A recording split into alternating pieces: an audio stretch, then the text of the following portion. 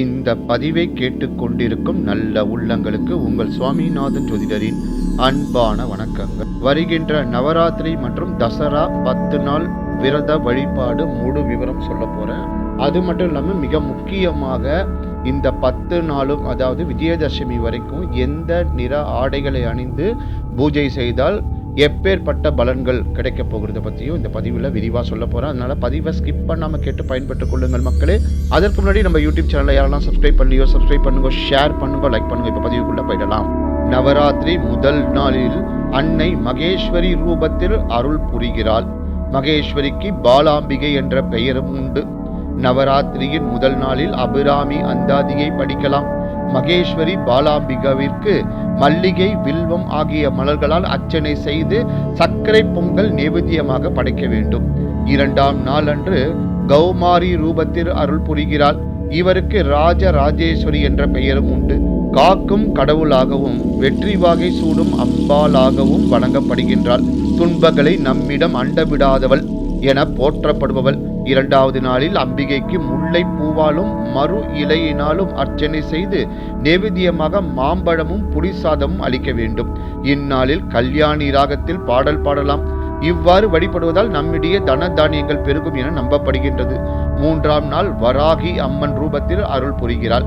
இந்நாளில் அம்பாளுக்கு சம்பங்கி மலராலும் துளசி இதழாலும் அர்ச்சனை செய்து நைவேத்தியமாக பலாப்பழம் அளிக்க வேண்டும். இந்நாளில் அம்பாளை காம்போதி ராகத்தில் குளிர்விக்க வேண்டும். 4ஆம் நாள் மகாலட்சுமியாக அருள் புரிகிறார். 4வது நாளில் அம்பாளுக்கு ஜாதி மல்லி பூவாலும் கதிர் பச்சை பூவாலும் அர்ச்சனை செய்து நைவேத்தியமாக கதம்ப சாதமும் கொய்யா பழம் அளிக்க வேண்டும். இந்நாளில் பைரவி ராகத்தில் அம்பாளை வணங்குதல் சிறப்பு. 5ஆம் நாளில் வைஷ்ணவி ரூபத்தில் அருள் புரிகிறாள். 5வது நாளில் அம்பாளுக்கு பாரிஜாத மலர்களாலும் விபூதி பச்சையாலும் பூஜித்து நைவேத்தியமாக தயிர் சாதமும் மாதுளம் பழமும் அளிக்க வேண்டும்.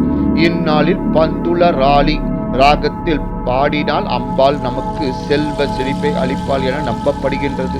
6ஆம் நாள் இந்திராணி ரூபத்தில் அருள் புரிகிறாள். இந்நாளில் அம்பாளுக்கு செம்பருத்தி பூவாலும் சந்தன இலையாலும் அர்ச்சனை செய்து நைவேத்தியமாக தேங்காய் சாதமும் நார்த்தம் பழமும் அளிக்க வேண்டும். இந்நாளில் நீலாம்பரி ராகத்தில் அம்பாளை பாடினால் தீராத கவலைகள் தீரும் என நம்பப்படுகின்றது.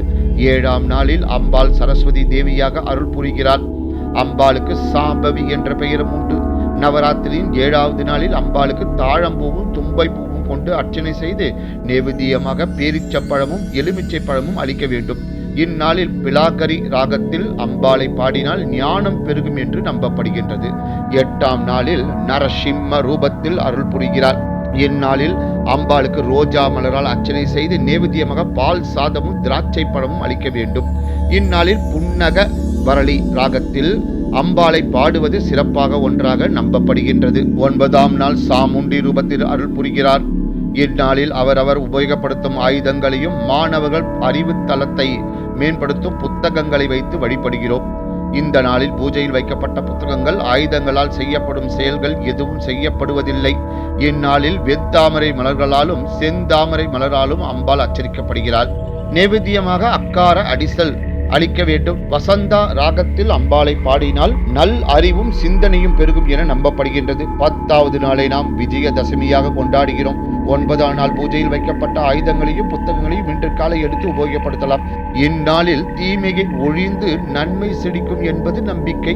இவ்வாறு ஒவ்வொரு நாளும் அம்பாளை வழிபட்டால் நமது சந்ததியினர் வளமும் நலமும் பெற்று நெடு நாட்கள் நலமோடு வாழ்வார் என நம்பப்படுகின்றது.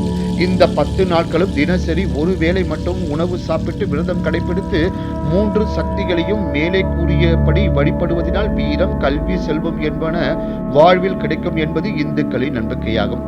இந்த நவராத்திரி விழா இரவு நேரத்தில் தான் பூஜை செய்து வழிபடுவார்கள். முதல் நாள் மஞ்சள் நிறத்தை குறிக்கின்றது. மஞ்சள் நிறமானது மகிழ்ச்சியையும் உற்சாகத்தையும் குறிக்கின்றது.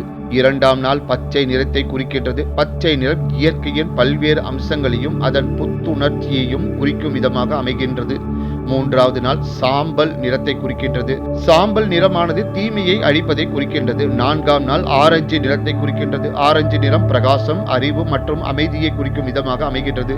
5ஆம் நாள் வெள்ளை நிறத்தை குறிக்கின்றது. வெள்ளை நிறமானது அமைதி, சாந்தம் மற்றும் தூய்மையை குறிக்கின்றது. 6ஆம் நாள் சிவப்பு நிறத்தை குறிக்கின்றது. சிவப்பு நிறம் உணர்ச்சியையும் கோபத்தையும் குறிக்கின்றது.